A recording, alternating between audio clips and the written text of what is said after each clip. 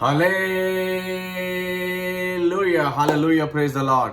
So again, I welcome you all in the name of our Lord and Savior Jesus Christ, and I just greet you by saying praise the Lord, Jai Masih ki, and Salam, and and just extend my gratitude for you all to invest the time offering. You're sacrificing your time. So God bless you all. And today, as my wife, she has just read the word, and even my daughter, she has read the word. So now we're gonna meditate, we're gonna contemplate on the word. So आज का जो वचन हमें मिला है वो इफिसियों की किताब में से मिला है, और उसका 6 अध्याय उसकी 10 से 13, और इस वचन की ओर हम लोग जाएंगे। लेकिन पहले इस वचन की ओर हम लोग जाएं, जैसे कि मेरी बेटी वान्या ने पढ़ा है यूहन्ना उसका 8 उसका 36वीं आयत, जो कि कहती है कि यदि पुत्र आपको स्वतंत्र करता है तो आप स्वतंत्र रहेंगे हमेशा के लिए. Yes, you will be free indeed if son sets you free.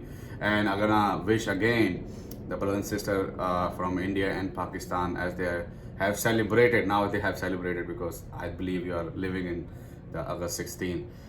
So again, I'm gonna wish you a very happy Independence Day. And Independence Day basically जो इंडिपेंडेंस डे है, this is good. Like if you are physically independent, अगर आप socially and physically और आप लोग आज़ाद हैं, हम लोग आज़ाद हैं, बहुत अच्छी बात है. लेकिन सबसे जो महत्वपूर्ण आज़ादी है वो है मानसिक आज़ादी. एक कोट मैंने लिखा है, which is physical independence is good but mental liberation is must. But mental liberation is must. जो शारीरिक और सामाजिक जो आज़ादी है वो बहुत ही अच्छी बात है, होनी चाहिए. लेकिन जो मानसिक आज़ादी है वो बहुत ज़रूरी है. मानसिक जो मुक्ति है वो बहुत ज़रूरी है. As Galatians chapter 5 and verse 1 says, for freedom Christ set us free. For freedom Christ has set us free. Stand firm therefore and do not submit to a yoke of slavery. So you've been freed.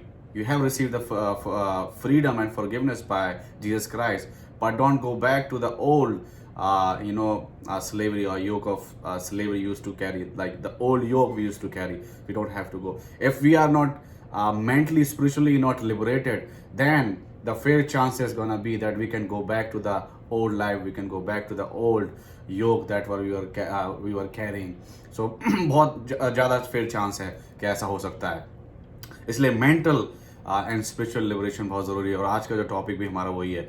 लेकिन मैं gonna start with illustration. एक बहुत illustration story है that I gonna share with you. There is a psychiatric hospital in Canada where they just devise this unusual test to determine when their patients were ready to go back into the world. So जितने भी जो मानसिक जो लोग जो बीमार थे, इस साइकेट्रिक इस हॉस्पिटल ने जो है एक तरीका निकाला ये जानने के लिए, एक जस्ट लाइक अ प्रैक्टिकल एक उनके लिए था कि to determine that this person is ready to go out in the world. Because mentally लोग they can not go out. If they go out they will harm people. And so what they do, how they do, they have this a process to check, and the process is they brought the candidate in a room. वो एक कमरे के अंदर जो है जो मरीज है उसको वो लेके आते थे, and then they left open the water faucet. The water faucet was running, the water is running, and the sink is is filling up, and after that the sink is fully filled up and it's started to overflow, and then the water is pouring all over the floor, like it's coming out from the sink all over the floor. So water is filled with the floor, water has the floor, and the sink is already filled up and overflowing the water. So जब पानी जब पूरा भर जाता है, sink से बाहर आता है, और फिर वो उस जो पेशेंट है उसको चेक करने के लिए दे गिव देम मॉप, उसको पहुंचा देते हैं जिससे कि वो पहुंचा मारे. सो अब जो है जो मेन टास्क वो ये है, they gonna examine, they gonna check if the person gonna turn off the water faucet. So that means the person is ready to go out in the world. If the person doesn't turn off the water faucet, but instead just start mopping the water. That means the person's mental status is still challenged. Still the person needs to receive a cure. क्योंकि हल जो है वो तो पहले पानी बंद करेंगे, देन वो पानी जो है स्टॉप हो जाएगा, then we can mop and it's gonna be dry. But लेकिन जो मेंटली जो जिनका संतुलन ठीक नहीं है वो they will probably they not gonna pay attention to the running water through the tap, they gonna start mopping it. So that's how the mental liberation is very important. And Jesus Christ brought physical, mental and spiritual all liberation. प्रभु यीशु मसीह के द्वारा हमें शारीरिक, मानसिक और आत्मिक तीनों जो है वो मुक्ति लेके आए इस संसार के अंदर. तो आज का जो हमारा टॉपिक है, जैसे कि मैंने आपको बताया कि we are in the series, we have finished our 8 volume series, I would say, which was the Beatitude. It was a Christ-like character, and then we have completed those last Sunday, and now we have started a new series which is the armor of God, and that's really complement each other. क्योंकि 10 आज्ञाएं हमने करी, 10 आज्ञाओं के बाद हम Beatitude पहाड़ी उपदेश पर आ गए. पहाड़ी उपदेश 10 आज्ञाओं से हमें जो नियम थे जो परमेश्वर ने रचे हैं इजरायलियों के लिए और हम सभी लोगों के लिए, और उसके बाद प्रभु यीशु मसीह क्या नया लेके आए संसार में, क्या एक चरित्र वो लेके आए जिसकी उन्होंने शिक्षा दी कि एक मसीह चरित्र किस रीति से होना चाहिए in order to get into the kingdom of heaven. And now when we have the Christ-like character, when we have a Christ-like trait, then we need armor. हमें क्योंकि ये this is like it's not just like एक दिन आप church आ गए and that's it. आप जो है you are saved forever and you are redeemed forever. You are you will be in a good shape. No, हम लोग जब भी इस संसार में हम लोग जीते, we live in this world, we have everyday battle, and some battles, as I have shared last Sunday, that some battles are physical and some are mental and some are spiritual. And physical and mental, just physical I would say कि हम we can come out with something, but mental and spiritual we need God and we need his discernment. So जैसा कि हम लोग जानते हैं कि जो armor of God है, there are 7, basically there are technically 6, but they have added on at the end it's 6, because we know when Paul was writing this, he was in prison, or he used to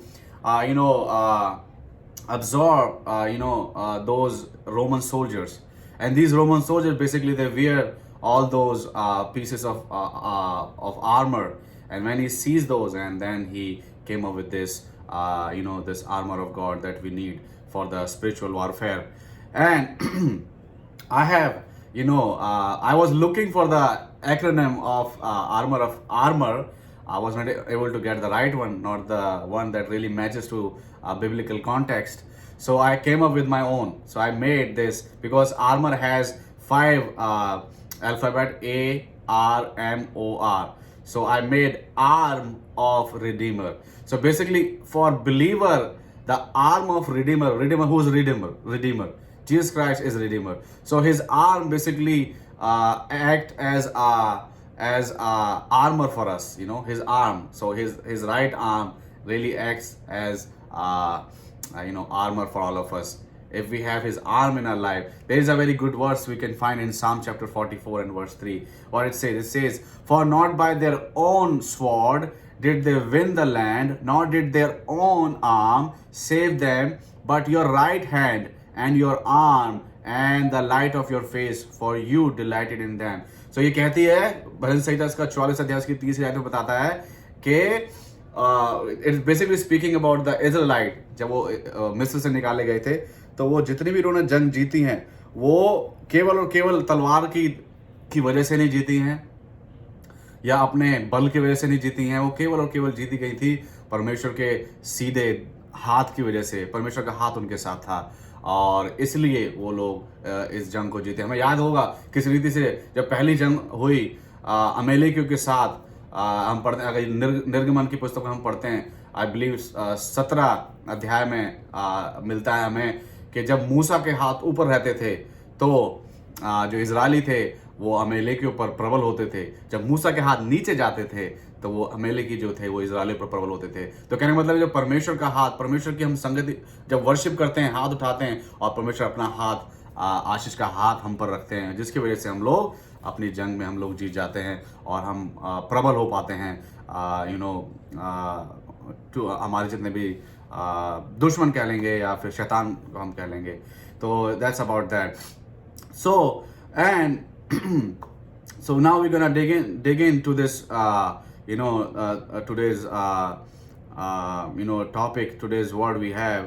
And as we have learned from the final beatitude that choosing to follow Christ can be dangerous and even life threatening. जैसे हमने देखा कि किस रीति से हर एक दिन 12 से 13 लोग जो हैं वो प्रोसिक्यूट होते हैं, 13 मसीह लोग प्रोसिक्यूट होते हैं, 12 लगभग जो हैं जो चर्च हैं और जो चर्च से जुड़े हुए संस्थान है वो बंद होते हैं। तो इतना प्रोसिक्यूशन है मसीहों के ऊपर। सो it's not very easy to follow Christ if you are a faithful follower. And a faithful Christian life, a faithful Christian's life is a battle. And we know the battle is mental, physical and spiritual. When God begins to bless, Satan begins to attack.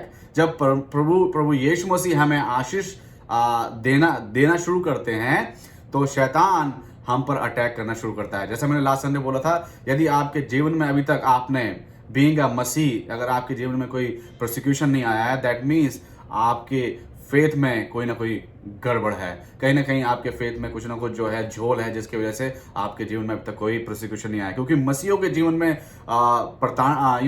यातनाएं आना बहुत ही लाजमी है, आती हैं हमेशा, क्योंकि शैतान जो है वो अटैक करता है जब आप मसीहत में बढ़ते हैं।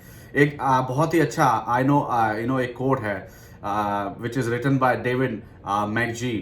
What it says every source of blessings is a point of attack. So true. If you receive the blessing, and what is the biggest blessings for Christians? हम मसीहों के लिए सबसे बड़ी आशीष क्या है? हमारा उद्धार। हमें जो उद्धार मिला है बिना कुछ कार्य किए हुए, बिना कुछ मेहनत किए हुए, बिना किसी एक सजा के हमें ये उद्धार मिला है, ये बहुत बड़ा गिफ्ट है। लेकिन इस गिफ्ट को हमें बचाने के लिए, इस गिफ्ट को हमें संजो के रखने के लिए अंत तक मेहनत का काम है। That's a struggle we have. That's why Jesus Christ has written in Matthew chapter 10 and verse 22, and you will be hated by all for my name's sake, but the one who endures to the end will be saved. जो अंत तक धीरज धरेगा, जो अंत तक अपने उद्धार को संभाले रहेगा, अपने जीवन को बचाए रहेगा, केवल उसी का उद्धार होगा, केवल वही बचाया जाएगा। क्योंकि यीशु मसीह के नाम के मुताबिक, नाम के हिसाब से, नाम की वजह से, I would say that's the right way to say it, नाम की वजह से हमें प्रताड़नाएं हमें सहनी पड़ेंगी, यातनाएं सहनी पड़ेंगी, हमें परेशानियां हमारे जीवन में आएंगी, परीक्षाएं हमारे जीवन में आएंगी। लेकिन जो अंत तक धीरज धरेगा, जो अंत तक अपने जीवन को बचाए रखेगा, वही उसी का जीवन जो है बचाया जाएगा, वही स्वर्ग के राज्य में जाने पाएगा। Now we'll come back to this verse, chapter 6. Paul closes his letter to Ephesus, and Ephesus basically I was looking, जो Ephesus है वो इफिसियो जो है वो आज के प्रेजेंट टाइम में इट्स अ टर्की, तो जो तुर्किस्तान या टर्की जो देश है वो बेसिकली है। जैसे कि कोरिन्थ जो है वो ग्रीस है, एंड देन जो Ephesus है it's present day Turkey. So the Paul closes his letter to Ephesus by giving encouragement and warning, much as Jesus did in his letters to the 7 churches of Asia Minor over 30 years later in the first few chapters of the book Revelation. बहुत से जो scholars हैं, they debate that कुछ कहते हैं कि that क्योंकि अगर हम प्रकाशित वाक्यों का दूसरा अध्याय पढ़ें, उसमें भी Ephesus के बारे में लिखा गया है, and then they connect to these two churches together, but it's not. ये बिल्कुल different churches हैं, उनकी the way they describe is totally different. So वो same नहीं है, लेकिन similar way है। यीशु मसीह ने 7 ये लेटर लिखे थे, 7 कलीसियाओं के नाम। Of course यूहन्ना के द्वारा सो लिखे गए थे। उसमें भी इंकरेजमेंट भी था और साथ में उसमें वार्निंग भी थी, साथ में उसमें ये भी कहा गया था कि तुम क्या गलत कर रहे हो। तो ये यीशु मसीह ने लिखे थे 7 लेटर जो कि हमें रेवलेशन की बुक में पाए जाते हैं। लेकिन यहाँ पर जो है पौलुस जो है लिखता है, जो 5वां और 6वां अध्याय, इसमें 2 चीज़ों के ऊपर बात हो रही हैं। पहला जो है वो है सोशल वारफेयर, जो सामाजिक जो युद्ध है, जो युद्ध का जो बैटल ग्राउंड है, वो उससे हम कैसे उसमें हम लोग कैसे उस पर विजय हम करें, क्या विजय पाएं, कैसे हम ओवरकम हो। तो जैसे कि वहाँ पर बताया गया, अगर हम देखें it speaks about husband and wife, पति और पत्नी को किस रीति से रहना चाहिए। क्योंकि हमें अगर बाइबल हम पढ़ते हैं तो जो पति है, husband is Jesus Christ, and जो चर्च है, क्योंकि हम चर्च के हिस्सा हैं, and church is the bride groom, वो दुल्हन है जो है प्रभु यीशु मसीह की।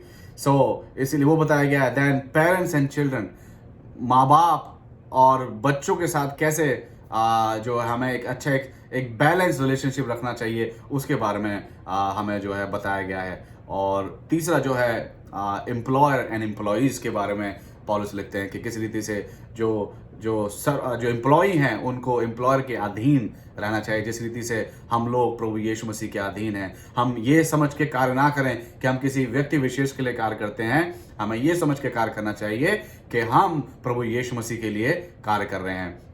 इसलिए हमेशा जो है पौलुस जब भी लिखता है, वो अपने लिए क्या, अपने आप को कैसे वो इंट्रोड्यूस करता है, वो कहता है कि मैं मसीह का सेवक, मसीह का कैदी। तो इस रीति से हमें भी अपने जितने भी हमारे एम्प्लॉयर्स हैं उनके प्रति कार्य करना चाहिए। और जो एम्प्लॉयर्स हैं उनके क्या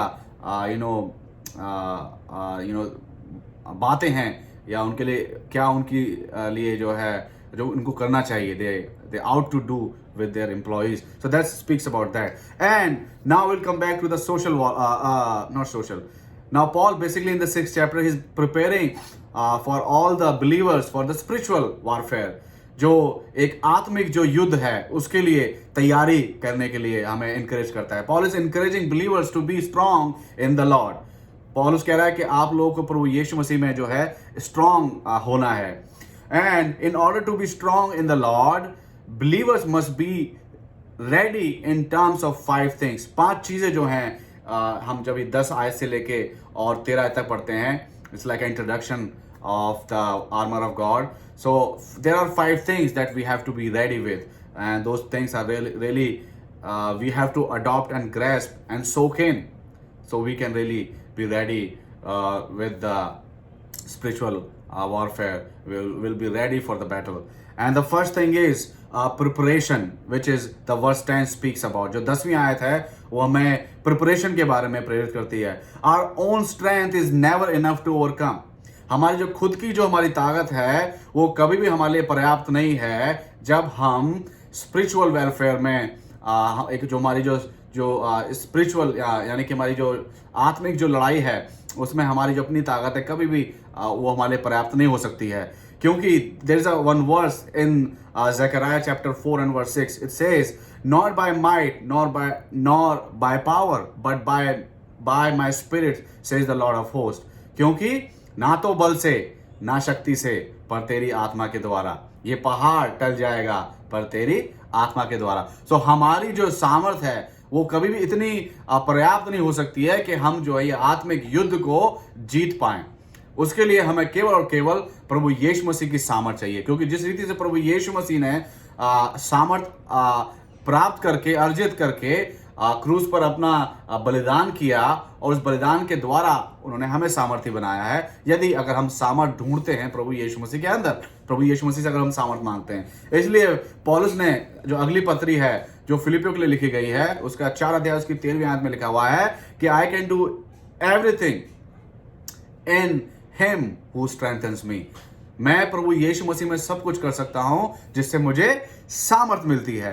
सो ये हम मसीहों के लिए जो है प्रिपरेशन जो है हमें अपने जो दिमाग है हमें इस रीति से प्रिपेयर करना है कि मैं सब कुछ कर सकता हूं प्रभु यीशु मसीह के द्वारा जो मुझे सामर्थ देता है। हमारे अपनी सामर्थ के द्वारा नहीं, प्रभु यीशु मसीह के सामर्थ के द्वारा, क्योंकि ना तो बल से ना शक्ति से, केवल और केवल प्रभु यीशु मसीह की आत्मा और सामर्थ के द्वारा जो है हम लोग अपने आप को तैयार कर सकते हैं उस आत्मिक युद्ध के लिए जो जो आज का जो शीर्षक है, आज का जो विषय है जो मैं बता रहा है। दूसरा जो है वो है द प्रोविजन, जो प्रावधान है, जो समाधान है, जो कि हमें 11वीं आयत के पहले पार्ट में हमें बताता है। क्या है पहला जो पार्ट है? परमेश्वर के सारे हथियार बांध लो। जो परमेश्वर के सारे हथियार हैं, those are the provision, those are the solution to face that the spiritual warfare. In order to take advantage of the strength of God's might, a believer must also put on the spiritual whole armor of God. So हमें पूरा जो है, जो हमारा जो परमेश्वर के जितने भी जो हथियार हैं, जो आत्मिक हथियार जो परमेश्वर ने हमें दिए हुए हैं, उनको हमें पहनना होगा, उनको हमें अपनाना होगा। और ये सिर्फ केवल just not like a temporary, जैसे कि हम लोग यूनिफॉर्म पहनते हैं, हम काम पे जाते हैं, हमारी अपनी एक यूनिफॉर्म होती है, उस यूनिफॉर्म को हम सुबह अपने घर से पहन के जाते हैं, अपने काम पे रहते हैं, काम करते हैं, शाम को जब वापस आते हैं तो हम क्या है, उस यूनिफॉर्म को उतार देते हैं। लेकिन जो स्पिरिचुअल जो हमारे जो आर्मर हैं, we have to carry them, we have to keep them forever. It's not like just one time thing. किसी ने लिखा है कि the armour of God is to be a lifelong companion for Christians. ये हमारे जो है अंत तक धारण किए हुए जो हमारे हथियार, या हम इसको कपड़े का रूप भी कह सकते हैं, कपड़े जैसे हम इनको जैसे पहनते हैं हमेशा के लिए, इसको इस तरीके से we have to consider as like our चमड़ी, हमारी स्किन की तरह इसको हमें रखना चाहिए, तभी हो सकता है। बिकॉज जिस रीति से अगर हम आइजाया if you read in आइजाया chapter 49 and verse 16, what it says that God has engraved our image in his palm. परमेश्वर ने हमारी जो छवि है उसको अपने हथेली पे गोदा हुआ है, तो उसके साथ वो हमेशा हम परमेश्वर के साथ, प्रभु यीशु के साथ हम सदैव बने रहते हैं। प्रभु यीशु मसीह सदैव हमें देखते रहते हैं, क्योंकि वचन कहता है कि परमेश्वर की आंखें जो हैं धर्मियों पर लगातार बनी रहती हैं, तो उसकी आंखें हमारे पर सदैव बनी रहती हैं, वो सदैव अपने समक्ष हमें रखता है। तो इसी रीति से जो परमेश्वर के जो आत्मिक जो ये हथियार हैं, ये सदैव हमें अपने पास रखने चाहिए, ताकि जो सामर्थ प्रभु यीशु मसीह की है, वो सामर्थ का हम जो है पूर्ण रूप से इस्तेमाल कर पाएं इन हथियारों के माध्यम से। तो ये उसके बारे में हमें बताता है। जो तीसरा मेरा पॉइंट है, which is the enemy. Enemy क्या है? If you read the verse 11 and the latter part of the verse 11 says, क्या कहता है कि तुम शैतान की युक्तियों के सामने खड़े रह सको। जो बेसिकली शैतान जो है, the devil, Satan is the enemy. हमारा जो विरोधी है वो शैतान है। और in order to be strong in the Lord, believers must be ready to stand firm against enemy, which is Satan. So we need God's strength and armor, because he, which is Satan, is God's enemy and ours too. जो शैतान है वो परमेश्वर का विरोधी है, और ना ही केवल वो परमेश्वर का विरोधी है, वो हमारा बहुत बड़ा विरोधी है, बहुत बड़ा विरोधी है। क्यों? क्योंकि the only way Satan can attack God is through us. जो शैतान है वो परमेश्वर के साथ डायरेक्ट अटैक नहीं कर सकता है, वो हमारा माध्यम लेके परमेश्वर पर अटैक करता है। कैसे? अगर हम उत्पत्ति उसका 3रा अध्याय पढ़ते हैं, जहां पर जो मनुष्य जाति है, जिसको परमेश्वर ने बनाया था, रचा था अपनी इमेज में, उनका वो गिराए जाते हैं, वो गिर जाते हैं। It was a fall of human beings of Adam and Eve. And reason क्या था? We know the reason, right? We know the story. So Satan cannot attack God directly. He uses humans. हम मनुष्यों का जो है वो इस्तेमाल करता है अटैक करने के लिए परमेश्वर को। हम जानते हैं किस रीति प्रभु यीशु मसीह के लिए को भी, जब, क्योंकि प्रभु यीशु मसीह भी जो है मनुष्य की रूप में थे। मत्ती उसका 4 अध्याय में हम देखते हैं किस रीति से जब प्रभु यीशु मसीह की परीक्षा होती है, तो वो पूरी कोशिश करता है कि प्रभु यीशु मसीह को गिराए, उनको डिसीव करे। और अब देखते हैं कि वो हमेशा वचन से ही वो डिसीव करने की कोशिश करता है। जैसा कि हमने आदम और हवा के साथ देखा, क्या ये बात सही है कि परमेश्वर ने तुम्हें मना किया है इस वाटिका के हर एक फल को खाने से? तो बेसिकली वो परमेश्वर के वचन को इस्तेमाल करता है तोड़ मोड़ के, लेकिन वो हम मनुष्य को डिसीव करता है, क्योंकि यूहन्ना उसका 8 अध्याय उसके 44 आयत में लिखा हुआ है कि that he is the father of lies. Satan is the father of lies. He is the murderer. He is a deceiver. And he is our enemy. And that's why Peter has basically gave us a statutory warning about Satan in 2 Peter 5:8. That devil, the Satan, he prowls around like a roaring lion, seeking someone to devour or kill. So he's looking for the prey. He is our enemy. He is the enemy. And then he's looking someone to kill or devour. He's like a lion, so we have to be careful. And the fourth the fourth point I have is the battle against demons, which is we can read the verse 12. क्योंकि हमारा यह मलयुद्ध लहू और मांस से नहीं, परंतु प्रधानों से और अधिकारियों से और इस संसार के अंधकार के हाकिमों से और उस दुष्टता की आत्मिक सेनाओं से है जो आकाश में है।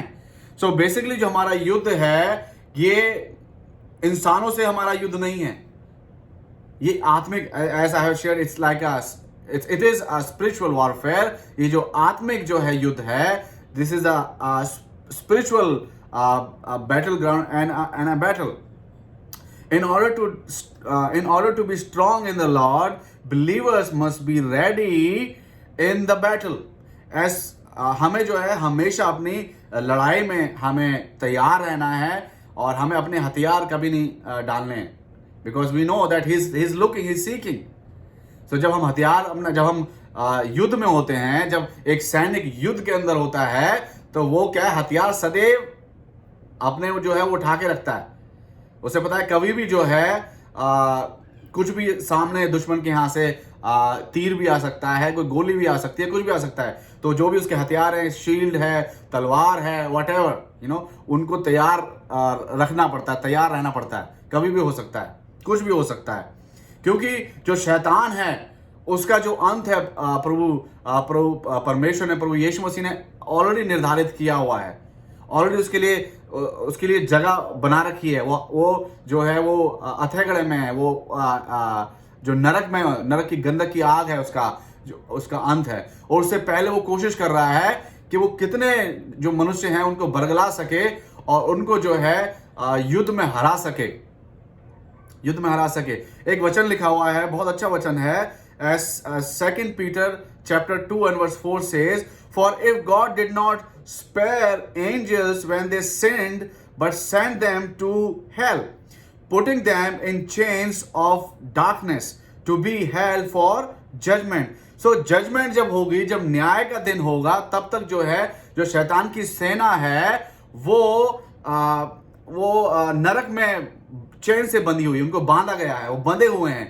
और जो शैतान है जो खुला छोड़ा हुआ है, जो कि कोशिश करता है कि जितने मसीह लोग हैं उनको हरा सकें और जितने भी लोग हैं, जितने मनुष्य जाति है, ज़्यादा से ज़्यादा लोगों को अपनी सेना में वो एकत्रित कर सके और उसके द्वारा, उन मनुष्यों के द्वारा परमेश्वर को जो है घात पहुंचा सके, नुकसान पहुंचा सके। क्योंकि हम लोग परमेश्वर की ही इमेज में बनाए गए हैं। हम लोग जब परमेश्वर ने सृष्टि की, परमेश्वर ने अपनी ही इमेज में हमारी सृष्टि की। तो वो पूरी कोशिश करता है कि हमें बरगला के और परमेश्वर के अगेंस्ट हमें खड़ा कर दे, एक एनिमी खड़ा कर दे। अगर हम पढ़े मत्ती उसका 8 अध्याय और लूका उसका 8:3 में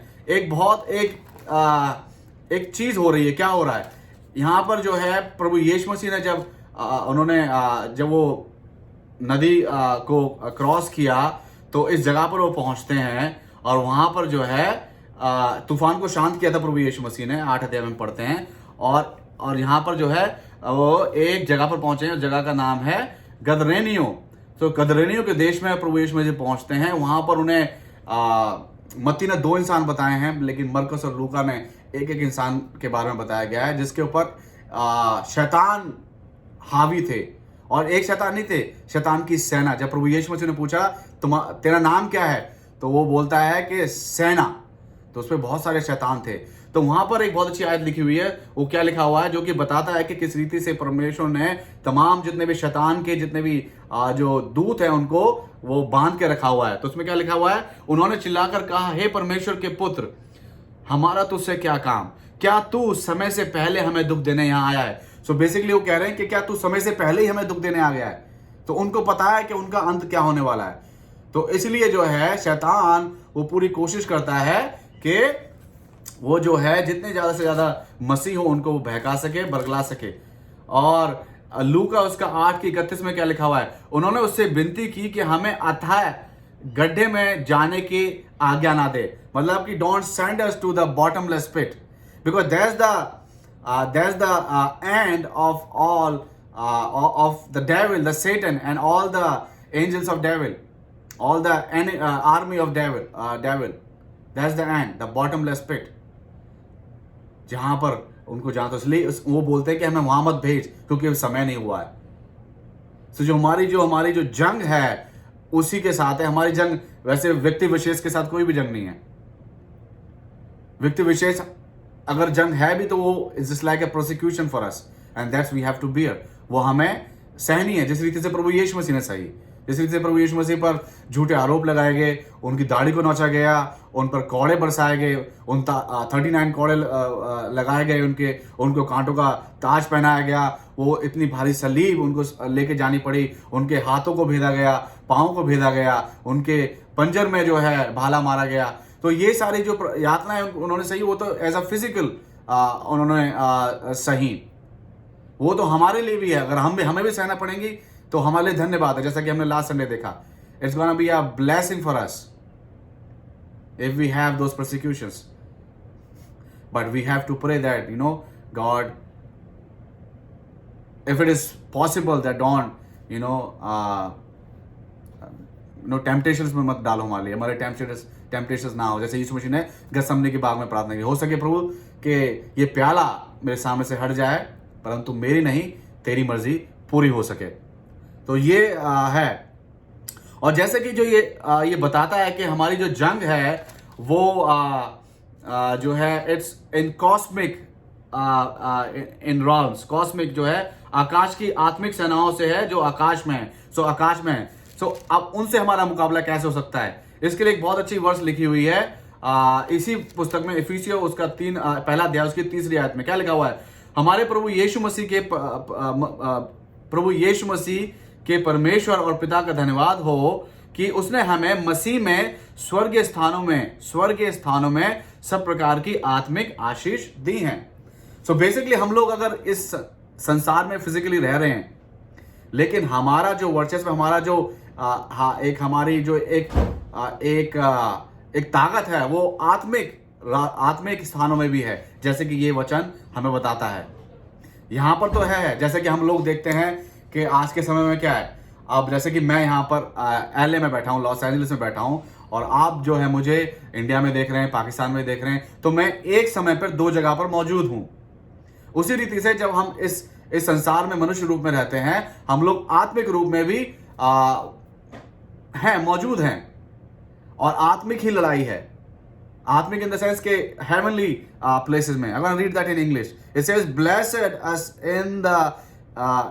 blessed by the God through Jesus Christ, He blessed us in the heavenly realms with every spiritual blessings in Christ. So through Christ, we have received every blessings in heavenly realms. So not just physically, but in heavenly realms too. And as I was speaking about that, हमारा जो मुकाबला है, it's with the authorities. It's against the authority, against the rulers, against the authorities. And the good example, when we were enduring this time of pandemic, जब lockdown लगे हुए थे, हमें याद है कि अभी भी चर्च के अंदर जो है हमें पाबंदियां हैं। हमें मास्क लगा के बैठने हैं, हमें गीत नहीं गा सकते थे, हमें याद होगा चर्च के अंदर गीत नहीं गा, हम लोग मिल नहीं सकते हैं। इट्स लाइक एक लड़ाई है, ये एक आत्मिक एक जो है स्पिरिचुअल वॉरफेयर है। नो लिकर स्टोर ओपन थे, casinos they have opened, but they have closed, they have shut down the churches. So ये क्या है? This is the spiritual, it's a part of spiritual warfare. लेकिन हमें क्या है? हमें प्रभु यीशु मसीह की सामर्थ के द्वारा हमें इन चीज़ों के ऊपर हम प्रबल हैं, हम विजयी हैं प्रभु यीशु मसीह के द्वारा, प्रभु यीशु मसीह की सामर्थ के द्वारा. आमीन. So that's my fourth point. And my fifth point, which speaks about the victory in standing firm. If you read the 13th verse, 13वीं आयत में क्या लिखा हुआ है? 13वीं आयत में लिखा हुआ है, इसलिए परमेश्वर के सारे हथियार बांध लो. 2 बार यहां पर बताया गया बांध लो, एक 11वीं आयत में और एक 13वीं आयत में. इसलिए परमेश्वर के सारे हथियार बांध लो कि तुम बुरे दिन में सामना कर सको. और जैसे कि ये बुरे दिन द सेंस कि जब हमारे द डे ऑफ प्रोसिक्यूशंस, जब हमारे ऊपर ये चल रहा पेंडेमिक के थ्रू हुआ है, अभी भी हो रहा है और ये होता रहेगा. यीशु मसीह ने बोला है इसके लिए कि ये इसी रीति से होगा, मगर ढांढस रखो कि मैंने जो है संसार पर विजय प्राप्त कर ली है. और सब कुछ पूरा करके स्थिर रह सको. सब कुछ पूरा करके स्थिर रह सको. We will be stand firm. Finally, in order to be strong in the word, in the Lord, believers must realize that we are victorious through Jesus Christ. As 1 John chapter 4 and verse 4 states, little children, you are from God and have overcome them, for he who is in you is greater than he who is in the world. So जो हमारे अंदर जो है उसी के द्वारा हम जो है हम विजय पाते हैं, ओवरकम करते हैं, क्योंकि जो संसार में है वो छोटा है, वो ग्रेटर नहीं है, लेकिन जो हमारे अंदर है जो कि यीशु मसीह है वो क्या है? Is greater. And by him we are victorious, by him we are overcomer, we receive victory. Deuteronomy chapter 1 and verse 30 says, the Lord your God who goes before you will himself fight for you, just as he did for you in Egypt before your eyes. क्योंकि अगर हम देखें तो क्या लिखा हुआ है, अगर हम निर्गमन की पुस्तक में पढ़ें तो परमेश्वर क्या कहते हैं मूसा से, कि तुम लोग इजरायलियों से कहते हैं कि तुम लोग खड़े खड़े क्या है, उद्धार का काम देखो. Just stand firm, stand still and see the act of your redemption. किस रीति से मैं तुम्हें इस जगह से निकालूंगा. All you have to do, you have to stand firm, stand still, believe in me. Then we'll see the hand of God working through our life, in our lives. Amen. और हमारे जीवन में हुआ भी है. अगर हम देखें, there is very good example we can find in the book of 1 Samuel chapter 17. वहाँ पर क्या हो रहा है? There is a fight happening between a young David and a giant, almost 9 feet Goliath. और वहां पर हम देखते हैं खास बात क्या है, द वर्ल्ड आर्मर, जो संसार के जो हथियार हैं और जो परमेश्वर के हथियार हैं, उनमें कितना बड़ा फर्क है. संसार से हम हथियार मिल सकते हैं, मगर उन संसार के हथियारों से हमें विजय नहीं मिल सकती है, क्योंकि संसारिक जो हथियार है वो संसार के लिए ही पर्याप्त हैं, संसार की परेशानियों के लिए ही पर्याप्त हैं. लेकिन जो आत्मिक जो हमारा युद्ध है, जो कि शैतान से है, जो कि ऐसी जगहों पर है जहां पर हम शारीरिक तौर पे हम लोग नहीं पहुंच सकते हैं, केवल आत्मा के द्वारा हम पहुंच सकते हैं. आत्मा के द्वारा ही हम लोग जो है हम लोग विजयी हो सकते हैं. उस जगह पर केवल परमेश्वर के ही जो हथियार हैं वो काम कर सकते हैं. हम देखते हैं, अगर पढ़ते हैं 38वीं आयत में क्या लिखा हुआ है, तब शाऊल ने अपने वस्त्र दाऊद को पहनाए और पीतल का टोप उसके सिर पर रख दिया और झिलम उसको पहनाया. तब दाऊद ने उसकी तलवार वस्त्र के ऊपर कसी और चलने का यत्न किया. उसने तो उनको ना परखा था, इसलिए दाऊद ने शाऊल से कहा, इन्हें पहने हुए मुझसे चला नहीं जाता, क्योंकि मैं इन्हें नहीं परखा है. So basically शाऊल ने उसने दाऊद ने बोला कि मैं जाके इस इंसान से मैं लड़ूंगा, इस फिलिस्तीनी से मैं लड़ूंगा. तो पहले तो शाऊल नहीं उसकी बात पे यकीन किया कि नहीं हो पाएगा, लेकिन जब दाऊद ने बताया कि किस रीति से मैंने अपने पास्ट में, अपने भूतकाल में मैंने जानवरों को मारा है, अपने से कई गुना ज़्यादा ताकतवर जानवरों को मैंने मारा है, अपनी भेड़ों की रक्षा करी है, और मेरा परमेश्वर मेरे साथ है। मेरे परमेश्वर ने मुझे वहाँ विजय दिलाई थी, और मेरा परमेश्वर मुझे इस फिलिस्तीन, इस जायंट के साथ भी, इस दानव से के ऊपर भी मुझे जो है विजय दिलाएगा। तो अब उसको युद्ध में भेजना है। युद्ध में भेजने के लिए क्या किया? शाऊल ने अपने जो उसकी तलवार थी, उसकी झिलम थी, उसका whatever, he has the armor, he just put on David, but those armors are worldly armors. Those armors are not to you. There is no use of those armors for David, because David hasn't used those kind of armors when he used to fight with the bear and lion. So that's the world solution. That's the worldly solution. And what's the solution of God? What's the God's armor David had? क्या जो दाऊद के पास ऐसे क्या हथियार थे जो कि परमेश्वर की ओर से थे, वो हमें पता चलता है 40वीं आयत में। तब उसने अपनी लाठी हाथ में ली, और लाठी से हमें याद आता है किस रीति से जब हारून ने अपनी जो एक लाठी थी, और लाठी इन द सेंस वो जो मूसा को परमेश्वर ने जब वो वहाँ पर झाड़ी के सामने बात कर रहा था, तो लाठी उसके हाथ में थी, और वो पहला जो चिन्ह परमेश्वर ने उसको मूसा को दिखाया था, वो लाठी सर्प बन गई, और वापस जब उसने उसको पूंछ से पकड़ा, वापस वो लाठी बन गई। और वो लाठी जो थी, परमेश्वर ने उनको बोला था कि इसको तू लेके चलना है, ये तेरे साथ। और लाठी एक प्रतीक था। It was a sign that God is with them, God is with Moses and Aaron and all the Israelite. And we know how the Moses has struck the mountain, and the water came out. That the rod, God said, take your rod, take your staff, and staff was basically a sign that God was with him. So that was his first armor that represent God. The second armor it speaks about here, जो दूसरा क्या है? Then नाले से 5 चिकने पत्थर छांट कर पत्थर छांटे।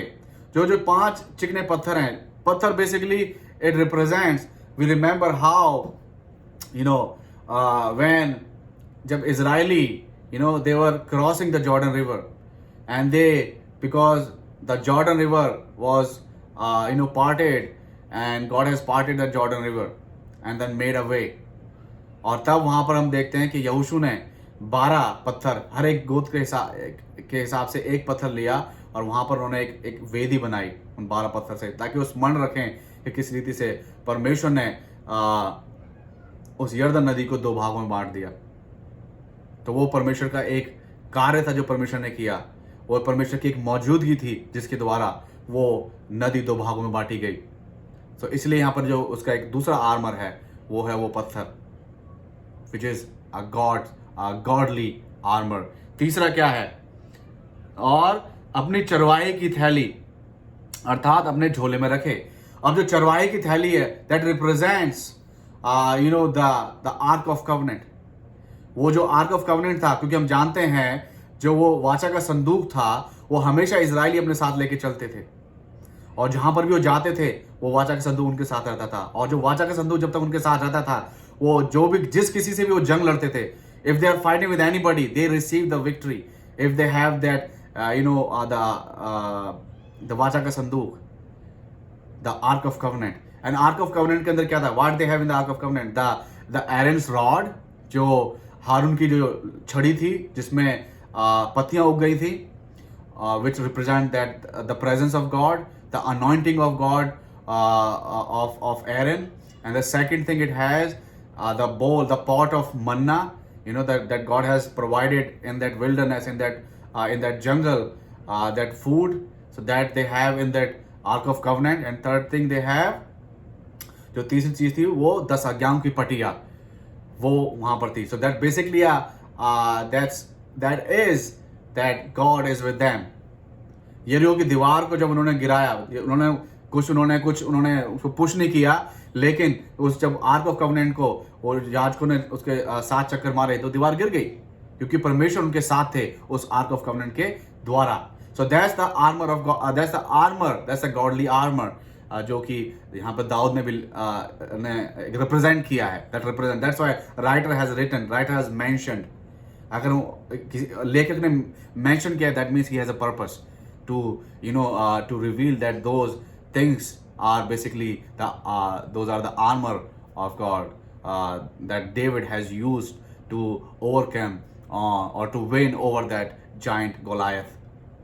तो वो 4 यहाँ पर हमने देखे किस रीति से और जो गोफन ऑफ कोर्स गोफन जो था वो एक तरीके से गोफन को हम लोग वचन भी कह सकते हैं, एक वचन जो था, जो वायदे थे, वायदे या promise, and then he hit and then he received the victory. So that's the godly weapons, that's the godly armor, and the worldly armor that Saul has gave not gonna work out. Only the godly armor can work out. Only godly armor can give us a victory. केवल आत्मिक जो हथियार हैं वही हमें आज़ादी दे सकते हैं, वही हमें विजय प्रदान कर सकते हैं। और इसीलिए हमें बहुत ज़रूरी है सभी विश्वासियों को कि हमें अपने आप को उन आत्मिक हथियारों से लैस रखना है सदैव। केवल यूनिफॉर्म की तरह नहीं, केवल हम संडे को आ गए या हम संगति में हैं तभी पहने हुए नहीं। हम जब अपने पड़ोसी से मिलते हैं, जब हम अपने काम पे जाते हैं, अपने कोवर्कर से मिलते हैं, अपने बॉस से मिलते हैं, अपने कोलीग से, अपने एम्प्लॉय से मिलते हैं, और अपने रिश्तेदारियों में जाते हैं, अपने दोस्त, अपने फ्रेंड सर्कल में जाते हैं, वो आर्मर ऑफ गॉड हमें सदैव पहन के रखना है। और सदैव उसको हम पहने रहेंगे तो ही हम उन वो जो शक्तियां हैं, जो the cosmic the powers, we can overcome those the cosmic power and then those darts that the devil throws at us in darkness. जब अंधकार से रह के हमारे ऊपर जब वो तीर चलाता है, उनसे हम तभी बच सकते हैं जब हमने वो सारे हमने जो आर्मर ऑफ गॉड, जो हथियार है हमने, और जो शील्ड है हमने पहनी हुई है। तो अगले संडे हम लोग जानने की कोशिश करेंगे 7 हथियार हैं, 7 हथियार, उन 7 हथियार के बारे में एक एक करके हम जानना की कोशिश करेंगे। और जो पहला है वो है द बेल्ट ऑफ ट्रूथ, वहाँ से हम शुरुआत करेंगे। और ये बहुत ज़रूरी है हम मसीहों के लिए हथियारों को अपनाना और पहनना। आइए हम दुआ करें। परमेश्वर, हम आपको धन्यवाद करते हैं प्रभु यीशु मसीह इस सुंदर समय के लिए प्रभु जी, इस वचन के लिए। और मैं धन्यवाद देता हूँ कि आपने मुझे सामर्थ दी प्रभु जी, मुझे हिम्मत दी, ताकत दी प्रभु जी, और अपनी आत्मा को दुगना मसा दिया प्रभु जी, कि आपकी आत्मा के सामर्थ के द्वारा मैं वचन बांटने पाया प्रभु जी।